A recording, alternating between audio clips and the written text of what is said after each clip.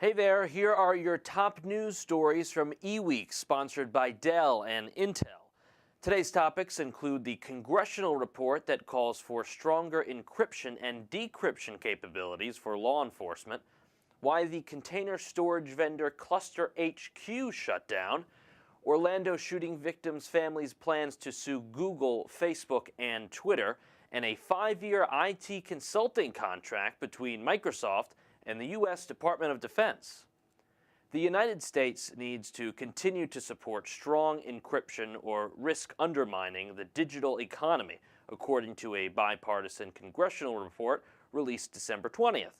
The Encryption Working Group year-end report summarizes the conclusions of a nearly year-long investigation by members of the House of Representatives Judiciary Committee and Energy and Commerce Committees, while finding that any measure that weakens encryption works against the national interest. The report also concluded that Congress needs to consider legislation that could help law enforcement gain access to encrypted data during investigations and work with technology companies to find solutions. Container storage vendor Cluster HQ announced on December 22nd that it is shutting down the company's operations effective immediately. Cluster HQ raised $18 million in venture capital funding to help fuel its efforts to build a commercially supported stateful container storage technology. Stateful containers are capable of keeping track of the status of objects that are being accessed by clients to prevent more than one client at a time from updating an object. In a blog post, Cluster HQ CEO Mark Davis wrote that today it seems like everybody is talking about stateful containers.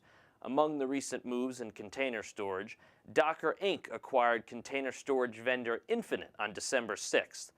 For a confluence of reasons, the Cluster HQ board of directors, of which I am a chairman, have decided it best to immediately shut down company operations, Davis wrote. We are proud of many accomplishments, not least of which is leaving behind an outstanding body of open source software, which is actively used by many in the container ecosystem. For the second time in 6 months, Google, along with Facebook and Twitter, are targets of a lawsuit accusing them of providing material support for terrorists. The first time was in June, when the father of a man killed in the terror attacks in Paris last year accused the 3 internet companies of allowing extremist groups to use their platforms for propaganda purposes while profiting from it.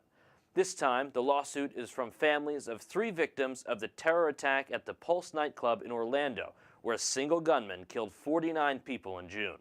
In a complaint filed in the U.S. District Court for the Eastern District of Michigan, the families of Juan Guerrero, Javier Jorge Reyes, and Tevin Crosby accused Google, Facebook, and Twitter of knowingly and recklessly providing ISIS with accounts for spreading terror propaganda, raising funds, and finding new recruits. The U.S. Department of Defense has awarded Microsoft a 5-year contract worth $937 million for technical support and consulting service, the Pentagon announced on December 20th. Under the terms of the agreement, Microsoft will provide the Defense Information Systems Agency with Microsoft Enterprise technical support services from so-called Blue Badges, which are staff members on the company's payroll rather than contract workers. Microsoft will be required to provide these services in the continental U.S., but provisions exist for the Redmond, Washington company to assist overseas Defense Department operations as the need arises. Thank you for watching. Follow the links on this page to learn more about the stories mentioned in this broadcast, and check back every weekday for another daily tech briefing from eWEEK.com.